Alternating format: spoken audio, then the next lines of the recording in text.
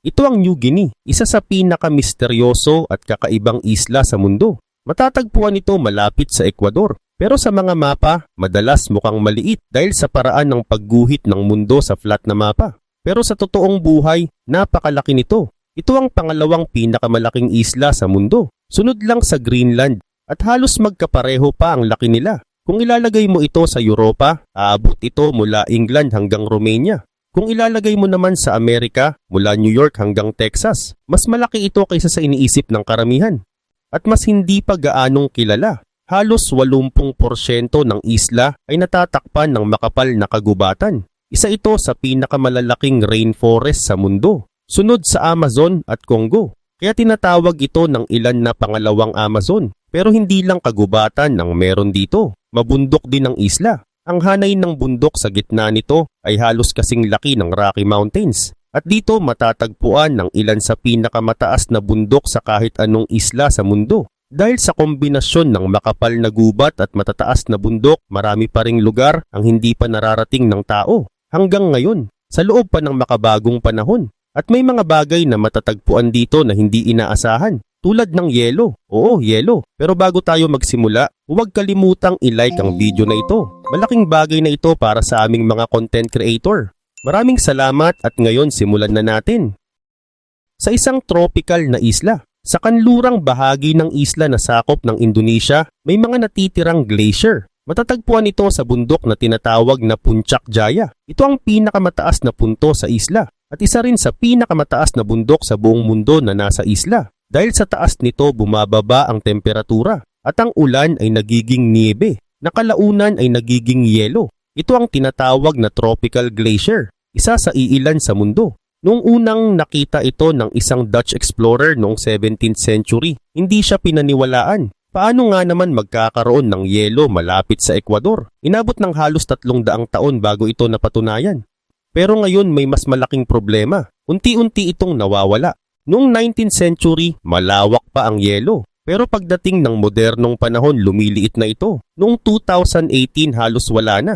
At ayon sa pinakabagong pag-aaral, konti na lang ang natitira. Kung magpapatuloy ito, maaring tuluyan na itong mawala bago matapos ang dekada. Sa unang pagkakataon sa libu-libong taon, mawawalan ng glacier ang lugar na ito. Isang malaking pagbabago sa mundo. At isa lang ito sa maraming lihim ng New Guinea. Isang isla na napakalaki, napakayaman sa kalikasan. At hanggang ngayon hindi pa lubos na nauunawaan. Noong panahon ng huling Ice Age, mas mababa ang level ng dagat. At dahil dito magkadikit ang New Guinea at Australia. Bahagi sila ng isang malaking lupain. Tinatawag itong Sahul. Sa usaping heolohiya, mas konektado ang New Guinea sa Australia kaysa Asia. Kaya kabilang ito sa Oceania. Sa loob ng milyong taon, magkakabit at naghihiwalay ang dalawang lupain.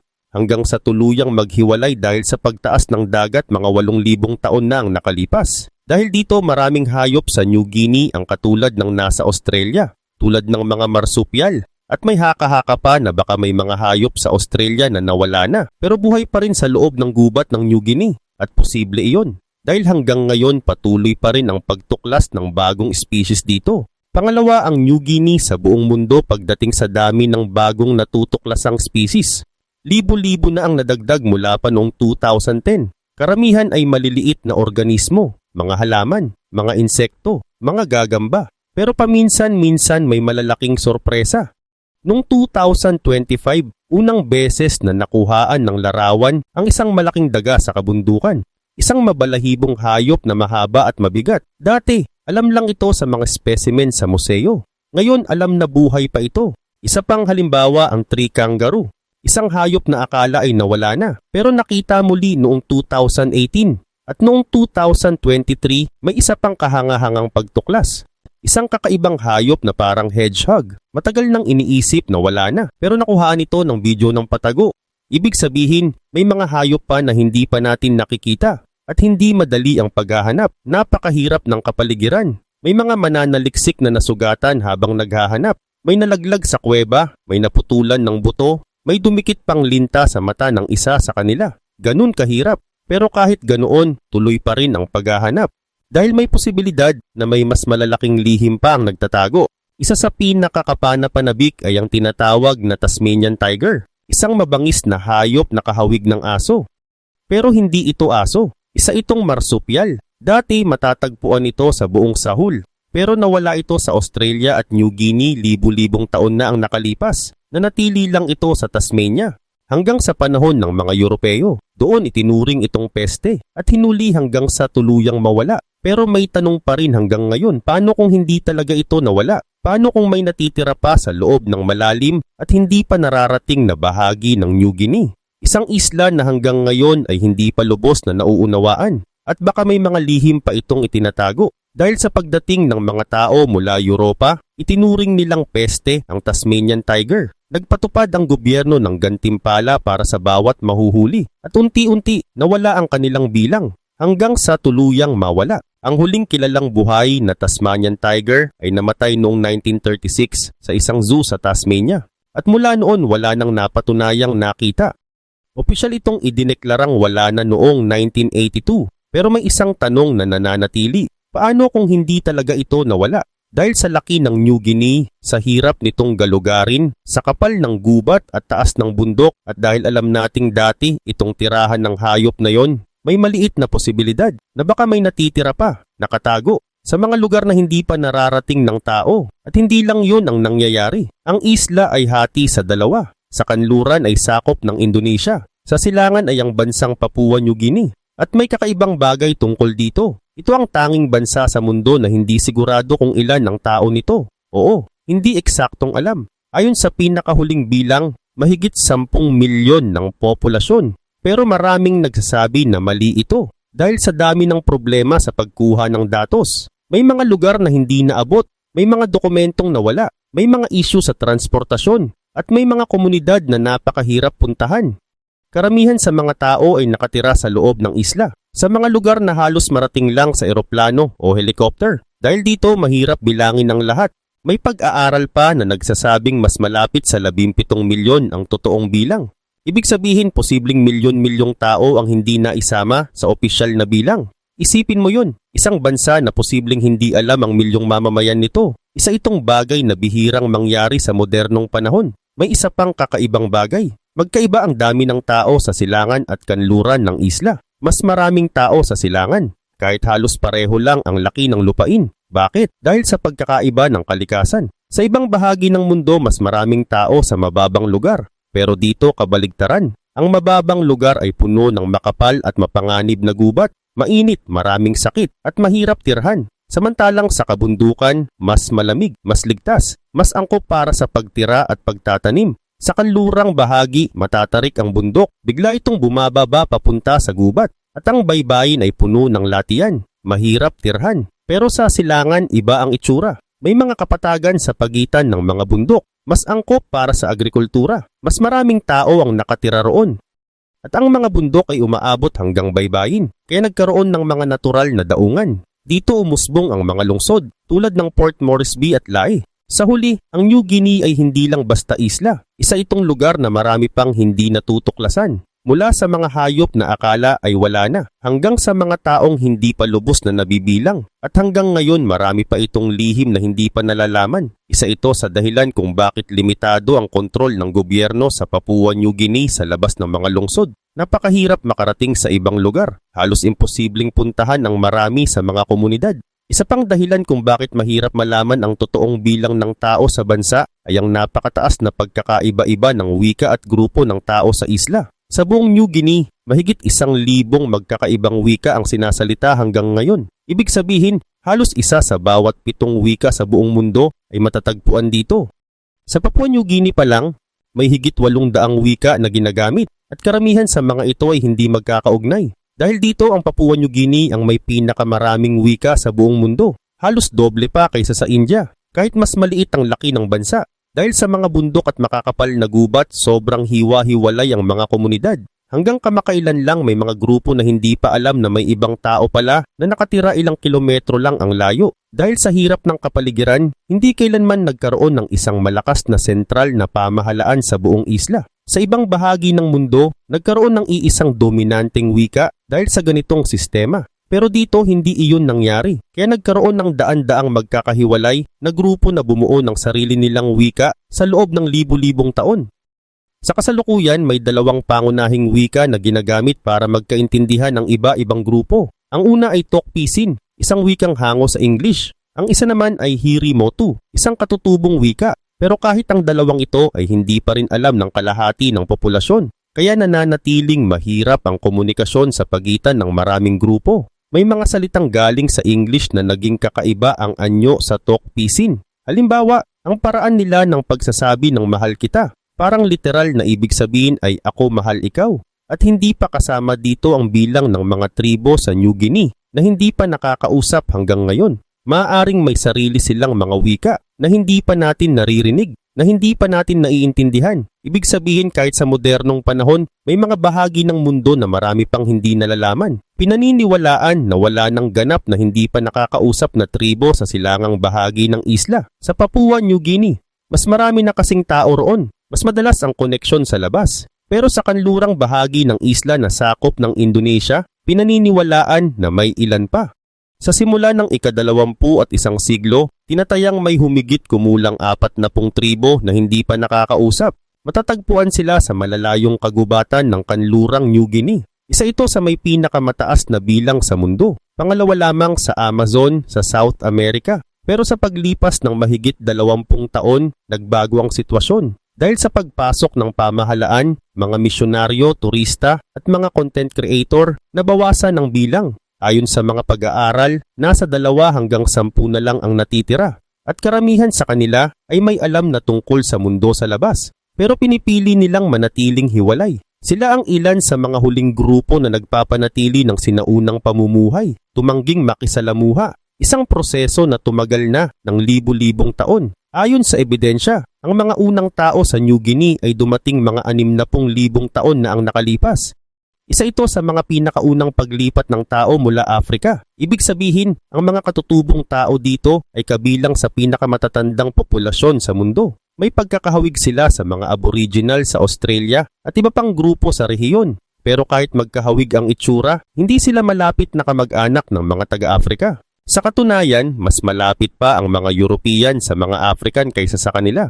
Isa sa dahilan nito ay ang mataas na porsyento ng sinaunang DNA na taglay nila. Ito ay mula sa isang sinaunang uri ng tao na tinatawag na Denisovan. Ang Denisovan ay nabuhay sa Asia libu-libong taon na ang nakalipas. At ang mga ninuno ng mga tao sa New Guinea ay nagkaroon ng ugnayan sa kanila. Dahil dito hanggang ngayon ay dala nila ang bahagi ng DNA na iyon. Matapos tumaas ang level ng dagat, mga 8 hanggang 10,000 taon na ang nakalipas, nahiwalay ang New Guinea. At lalong naging hiwalay ang kanilang lahi, kaya nanatili ang kakaibang katangian ng kanilang DNA.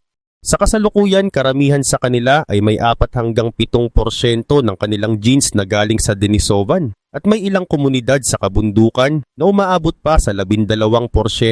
Ito ang pinakamataas na naitala sa buong mundo. At kahit matagal silang nahiwalay, may kahangahangang bagay silang nagawa. Sa isang lugar na tinatawag na Cook Swamp, natuklasan na sila ay nakabuo ng sariling paraan ng pagsasaka. Nangyari ito mga 8,000 taon na ang nakalipas. At hindi ito galing sa ibang lugar. Sarili nila itong natutunan. Ibig sabihin, isa sila sa iilang grupo sa mundo na nakabuo ng agrikultura ng mag-isa. Isang patunay kung gaano kaiba at kahalaga ang kasaysayan ng New Guinea. At hanggang ngayon patuloy pa itong nagbibigay ng mga sagot. At mas marami pang tanong. Ang mga katutubong tao sa New Guinea ang pinaniniwala ang unang nagtanim, nagpalago ng saging at iba pa. Kalaunan kumalat ang mga ito sa ibang bahagi ng mundo. Nang dumating ang mga Austronesian na tao mga 3,000 taon na ang nakalipas, nagsimula ang kalakalan. Dahil dito mas lalo pang dumami ang pagkakaiba-iba ng wika sa isla. Sa kasalukuyan, sa humigit kumulang 1,000 wika sa New Guinea, nasa 2 hanggang 300 ang Austronesian. Ang natitira ay mga katutubong wika ng isla. Isa sa pinaka nakakaintrigang tanong sa agrikultura ng New Guinea ay kung paano nakarating doon ang kamote. Ang kamote ay nagmula sa South America, pero may ebidensya na nakarating ito sa New Guinea noong ika-13 siglo. Ibig sabihin, daan-daang taon bago pa makarating si Columbus sa Amerika. Ang pinakatanggap na paliwanag ay may naganap na ugnayan sa pagitan ng mga Polynesian at mga katutubo sa South America. Nangyari ito sa pagitan ng ika-11 at ika-13 siglo. Mula roon kumalat ang kamote papunta sa kanluran sa pamamagitan ng kalakalan hanggang sa makarating ito sa New Guinea at nangyari ang malaking pagbabago. dahil kayang tumubo ang kamote sa kabundukan ng New Guinea at pwede rin itong ipakain sa baboy kahit hindi lutuin. Dahil dito mabilis dumami ang mga alagang baboy at kasabay nito lumaki ang populasyon ng mga komunidad. Naging mas organisado at mas komplikado ang kanilang lipunan at nanatili silang hiwalay sa labas ng mundo sa mas mahabang panahon kaysa sa ibang malalaking grupo. Ang kabundukan ng New Guinea ay parang isang isla sa loob ng isla. Mataas na lugar kung saan pwedeng magtanim at mabuhay ng maayos, pero napapalibutan ito ng makapal at mapanganib na gubat at ng dagat. Sa loob ng mahabang panahon, kaunti lang ang alam ng mga taga-kanluran tungkol sa loob ng isla. Akala nila kakaunti lang ang tao roon. Hindi nila alam ang totoo. Ang kabundukan ng New Guinea ay nanatiling hindi kilala sa mundo hanggang noong 30s. Para maintindihan kung gaano ito kahanga-hanga, isipin mo ito. Nauna pang narating ng mga Europeo ang South Pole sa Antarctica bago nila narating ang kabundukan ng New Guinea. Noong 30s, nagsimula silang gumamit ng eroplano para tuklasin ang loob ng isla. Inaasahan nilang kakaunti lang ang tao, pero mali sila. Sa halip, natuklasan nila ang isang napakalaking populasyon sa kabundukan. Tinatayang umaabot sa 1,000,000 ang bilang, isang buong lipunan na umunlad ng hiwalay sa mundo. Ito ang isa sa huling malaking unang pagkikita ng dalawang magkaibang lipunan sa kasaysayan ng tao. Namangha ang mga Europeo dahil nakatagpo sila ng isang lipunan na nabubuhay pa rin sa sinaunang paraan at patuloy na umuunlad sa panahon na halos konektado na ang buong mundo. Marami sa mga larawang kuha ng mga unang taga-kanluran na nakarating sa kabundukan ay nagpapakita ng matinding gulat, hindi lang sa kanila, kundi lalo na sa mga katutubo. Makikita sa kanilang muka ang pagtataka. Dahil sa buong buhay nila, ang alam lang nila ay ang sarili nilang mundo. Isang lipunan na halos hindi nagbago sa loob ng libu-libong taon. At bigla nakita nila ang mga dayuhan, mga taong mapuputi, mga eroplano, mga baril, at mga kagamitang bakal. Sa unang pagkakataon, ipinapakita nito kung gaano kahiwalay ang New Guinea sa mundo. At hanggang ngayon may bahagi pa rin na ganoon. Isa pa sa pinakamalaking tanong sa isla ay ang pagkawala ng isang taong galing sa isa sa pinakamayamang pamilya sa mundo. Noong unang bahagi ng 70s, si Michael Rockefeller ay 23 taong gulang. Anak siya ni Nelson Rockefeller na noon ay gobernador ng New York at apo sa tuhod ni John D. Rockefeller, isa sa pinakamayamang tao sa kasaysayan. Mahilig si Michael sa pag-aaral ng kultura at kasaysayan ng tao. Nagbukas ang kanyang ama ng isang museo sa New York at siya ay naging bahagi nito. Gusto niyang magdala ng mga likhang sining na direktang galing sa pinanggalingan. Kaya nagpasya siyang pumunta sa New Guinea, partikular sa grupo ng mga asmat. Noong panahong iyon kontrolado pa ng mga Dutch ang lugar at kamakailan pa lang nagsimulang maabot ng pamahalaan at mga misyonaryo ang mga asmat. Karamihan sa kanila ay hindi pa nakakakita ng dayuhan at ang ilang lumang gawain tulad ng pagkuha ng ulo, pagkain ng tao at pakikipaglaban sa ibang grupo ay naroon pa rin. Noong 1961, ilang buwan na nakasama ni Michael ang mga asmat. Nakipag-ugnayan siya sa kanila, nakipagpalitan ng gamit at pinag-aralan ang kanilang kultura. Noong Nobyembre ng taong iyon kasama ang 3 iba pa, sumakay siya sa isang maliit na bangka. Naglalayag sila sa baybayin habang nagsasagawa ng kalakalan. Pero isang gabi, habang tumatawid sa bunganga ng ilog na Betche, nagbago ang lahat. Lumakas ang alon at tumaob ang kanilang bangka. Napunta sila sa gitna ng dagat. 2 kabataang asmat na kasama nila bilang gabay ang agad na tumalon sa tubig. Lumangoy sila papunta sa pampang at kalaunan ay nakarating sa isang nayon upang humingi ng tulong. Pero naiwan si Michael at ang kasama niyang Dutch na si Rene. Kumapit sila sa tumaob na bangka. Lumipas ang oras. Unti-unti silang inaanod palayo sa lupa. Ayon kay Rene, habang tumatagal, lalo silang nababahala. Baka tuluyan silang matangay papunta sa bukas na dagat.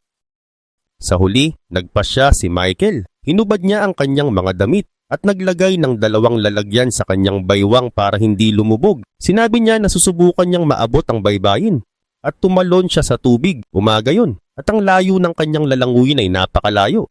Marahil higit sa 10 kilometro. At yun ang huling pagkakataon na nakita siya. Yun na ang huling pagkakataon na may nakakita kay Michael. At hindi na siya muling nakita pa. Ilang oras matapos siyang umalis, may eroplano na nakakita kay Rene na nakasabit pa rin sa bangka. At kinabukasan, nailigtas siya. Agad na nagsimula ang isang malaking paghahanap. Daan-daang tao ang sumali. May mga eroplano, may mga barko, may mga sasakyang panghimpapawid. Lahat ay ginamit para mahanap si Michael dahil hindi siya ordinaryong tao. Anak siya ng gobernador ng New York at bahagi ng isa sa pinakamayamang pamilya sa Amerika. Pero matapos ang 2 linggo, wala pa ring nahanap, walang bakas at tuluyan nang itinigil ang paghahanap. Ayon sa opisyal na ulat ng pamahalaang Dutch, nalunod si Michael habang lumalangoy papunta sa Pampang. Pero may ibang kwento. May mga ebidensya at salaysay na nagsasabing mas malala ang kanyang sinapit. Noong panahong iyon, karaniwan pa sa mga asmat ang pagpatay, pagkain ng tao at pakikipaglaban sa ibang grupo. May 2 misyonaryong Dutch na matagal nang naninirahan sa lugar. Alam nila ang wika at naiintindihan nila ang kultura. Unti-unti silang nakakuha ng mga kwento mula sa mga saksi at iba ang sinasabi ng mga ito. Ayon sa kanila, may isang grupo ng mandirigma ang naglalakad sa tabing dagat noong umagang yon. At doon nila nakita si Michael. Mahalagang tandaan ng nangyari ilang taon bago yon. May isang paglusob ang mga Dutch sa isang kalapit na nayon at 5 mahalagang mandirigma ang napatay. Sa kultura ng mga asmat, ang ganitong pangyayari ay kailangang gantihan. Buhay kapalit ng buhay. Kaya nang makita nila si Michael isang dayuhan na kahawig ng mga pumatay sa kanilang mga kasama, nagkaroon ng pagtatalo. Kung papatayin ba siya o hindi, hanggang sa may isang umatake, sinaksak siya. At doon na nagsimula ang pagpatay. Ayon sa mga salaysay, dinala nila ang katawan sa kanilang lugar at isinagawa ang isang ritual. Isang seremonya na bahagi ng kanilang paniniwala at doon nila kinain ang kanyang katawan. Pagkatapos, pinaghati-hati ang kanyang mga labi. Ibinigay sa iba pang miyembro ng komunidad. Ang mga detalye na ito ay ibinahagi umano sa mga misyonaryo ilang linggo matapos ang pangyayari. At kalaunan may isa pang imbestigasyon na ginawa noong sumunod na taon at pareho ang naging konklusyon na malamang ay pinatay siya. Hindi nalunod, pero ang impormasyong ito ay itinuring na sensitibo. Noong panahong iyon, hawak pa ng mga Dutch ang lugar at gusto nilang ipakita na maayos at ligtas ang kanilang pamamahala. Ang ganitong kwento ay hindi makakatulong sa kanilang imahe. Kaya nanatili ang opisyal na paliwanag, pero hanggang ngayon, hindi pa rin malinaw ang tunay na nangyari kay Michael Rockefeller. At isa lamang ito sa maraming lihim ng New Guinea. Isang isla na hanggang ngayon may mga kwento pa ring hindi pa lubos na nalalaman. Kaya sa huli, ang opisyal na sinabi ng gobyerno ay nalunod si Michael. Pero sa paglipas ng panahon may mga investigasyon na nagsabi ng ibang kwento. Ilang independent na pag-aaral ang nagsabi na malamang ay pinatay siya at kinain. Lumipas ang maraming taon at anuman ang tunay na nangyari. Ang pagkawala ni Michael Rockefeller ay nananatiling isa sa pinakamalaking tanong sa New Guinea. At maaaring ang sagot ay nandoon pa rin, nakatago, hindi pa natatagpuan. Mahalaga ring linawin na ang mga gawain tulad ng pagkain ng tao at pagpatay bilang ritual ay halos nawala na. Simula noong 70s at 80s, halos wala na ang ganitong gawain. Sa kasalukuyan, ibang uri ng issue ang nakatago sa isla. Isang malalim at patuloy na tunggalian. Nagsimula ito noong panahon na nawala si Michael. Noong panahong iyon, hawak pa ng Netherlands ang kanlurang bahagi ng New Guinea. Pero malapit na itong ibigay sa Indonesia, isang desisyon na naging kontrobersyal hanggang ngayon. Noong 1949, matapos ang ikalawang digmaang pandaigdig, kinilala ng Netherlands ang kalayaan ng Indonesia. Pero hindi nila isinama agad ang kanlurang New Guinea. Pinili nilang manatili doon. Ayon sa kanila, iba ang mga katutubong tao roon. Hindi sila kapareho ng karamihan sa Indonesia. Kaya kailangan muna silang ihanda upang pamahalaan ang sarili nilang lugar. Pero hindi ito tinanggap ng Indonesia. At doon nagsimula ang isa pang mahaba at komplikadong kwento. Isang kwento na hanggang ngayon ay hindi pa tapos. Iginiit ng Indonesia na sila ang tamang tagapagmana ng dating kolonya ng Netherlands. Kasama doon ang kanlurang New Guinea. Kaya patuloy nilang hinihingi na tuluyang umalis ang mga Dutch sa buong rehiyon. Parehong may interes ang dalawang panig sa yaman ng lugar. Lalo na sa isang malaking minahan malapit sa bundok na tinatawag na Puncak Jaya. Alam na noon pa na napakaraming tanso, ginto at pilak ang makukuha roon. Sa loob ng maraming taon, walang gustong umatras. Hindi nagkasundo ang Indonesia at Netherlands. Noong unang bahagi ng 60s, humingi ng tulong ang Indonesia sa Soviet Union. Nagsimula silang bumili ng mga armas. Nabahala ang Estados Unidos. Ayaw nilang lumakas ang impluwensya ng Soviet sa rehiyon. Kaya pinilit nila ang Netherlands na ibigay ang kanlurang New Guinea sa Indonesia.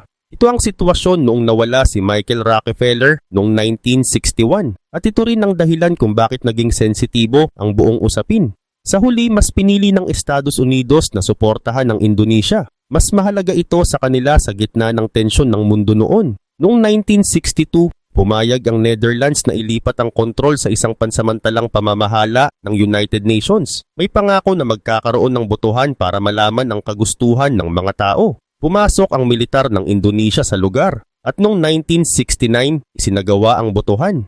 Pero hindi ito normal na botohan. Mahigit 1,000 tao lang ang pinayagang bumoto. Napakaliit na bahagi ng populasyon at ginawa ito sa harap ng mga sundalo. Kaya hindi na nakapagtataka ang naging resulta. Pabor ito sa pagsama sa Indonesia. Simula noon kinuwestiyon na ang pagiging patas ng botohan at hanggang ngayon hindi pa rin ito tinatanggap ng marami. Matapos nito tuluyang isinama ng Indonesia ang kanlurang New Guinea. Pero hindi doon natapos ang laban. May mga grupong lumaban para sa kalayaan. Isa na rito ang kilusang Free Papua. Mula noong 70s, naging marahas ang sagot ng pamahalaan. Mahigpit ang kontrol. At maraming nagsasabi na parang isang estado na puno ng bantay ang sitwasyon doon.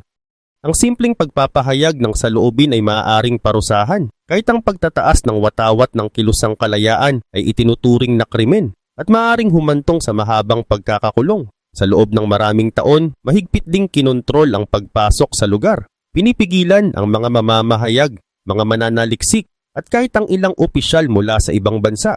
Dahil dito kakaunti ang impormasyon na lumalabas. At maraming nangyayari ang hindi nalalaman ng mundo. Para itong isang bahagi ng mapa na kulang sa impormasyon. Isang lugar na puno pa rin ng lihim at hindi pa ganap na nauunawaan. Mula nang magsimula ang away noong 70s, maraming ulat ang lumabas, mga ulat tungkol sa malawakang pagpatay at sa pilitang pagpapaalis sa mga katutubong tao. Ayon sa mga pag-aaral, napakalaki ng bilang ng naapektuhan. May isang pag-aaral noong 2007 na nagsabing maaring umabot sa 300,000 ang namatay mula nang magsimula ang kontrol ng Indonesia sa kanlurang New Guinea.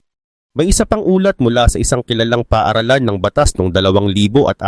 Ayon dito, ang mga nangyari ay maaaring ituring na isang uri ng paglipol sa isang grupo ng tao. Bukod sa karahasan, may isa pang hakbang na ginawa ang pamahalaan. Ito ay ang paglilipat ng populasyon. Tinawag nila itong transmigration. Inilipat ang maraming tao mula sa mas siksik na lugar tulad ng Java at Sumatra. Dinala sila sa kanlurang New Guinea at binigyan ng lupa. Kadalasan, ang lupang iyon ay dating pag-aari ng mga katutubo. Tinatayang aabot sa 300,000 tao ang inilipat sa programang ito. Sa ngayon, pinaniniwalaan na halos kalahati ng populasyon sa lugar ay mga bagong dating o kanilang mga anak. Samantala, ang kilusang Free Papua ay patuloy na lumalaban. Karamihan sa kanilang sandata ay simple: pana, sibat at mga lumang armas. Sa kabila nito, patuloy silang lumalaban gamit ang paraan ng gerilya. Inaatake nila ang mga kalsada at mahahalagang infrastruktura. Lalo na ang malaking minahan sa lugar. Ang minahang ito ay isa sa pinakamalaki sa buong mundo. At dito kumukuha ng yaman ang Indonesia, ginto, tanso, at iba pa. Habang nangyayari ito, maraming bansa ang hindi masyadong nakikialam. Noong 2018, muling uminit ang sitwasyon. Nagkaroon ng malawakang operasyon ang militar. Maraming sundalo ang ipinadala. May mga ulat din ng paggamit ng mapanganib na kemikal. Hindi malinaw ang bilang ng nasawi, pero tiyak na marami. Noong 2022, nagsalita ang United Nations. Kinundena nila ang mga nangyayari. May ilan pang nanawagan na magpadala ng puwersa para tumulong. Pero kakaunti pa rin ang konkretong aksyon. Mahigpit pa rin ang kontrol sa lugar. Hindi basta-basta pinapapasok ang mga mamamahayag at tagamasid. Bukod dito, umaasa rin ng ibang bansa sa likas na yaman na nanggagaling doon. Kaya mahirap umasa na may malaking tutulong. Dahil dito, ang ilan sa mga katutubo ay naniniwala na ang pakikipaglaban ang tanging paraan. Noong Pebrero 2023, muling napansin ng mundo ang sitwasyon. May isang maliit na eroplano ang inatake. Ang piloto, isang dayuhan, ay dinakip. Ginamit siya bilang kapalit sa kahilingan na kalayaan. Nagkaroon ng matinding tensyon. Tumagal ito ng mahigit 1 taon. Sa huli, pinalaya rin siya. At unti-unting nawala ulit sa pansin ng mundo ang isyu. Pero ang realidad sa lupa ay nananatili. Patuloy ang kontrol, patuloy ang paghihigpit. At hanggang ngayon, mahirap pa ring malaman ang buong katotohanan. Isang lugar na puno ng kwento, pero kakaunti ang nakakarinig.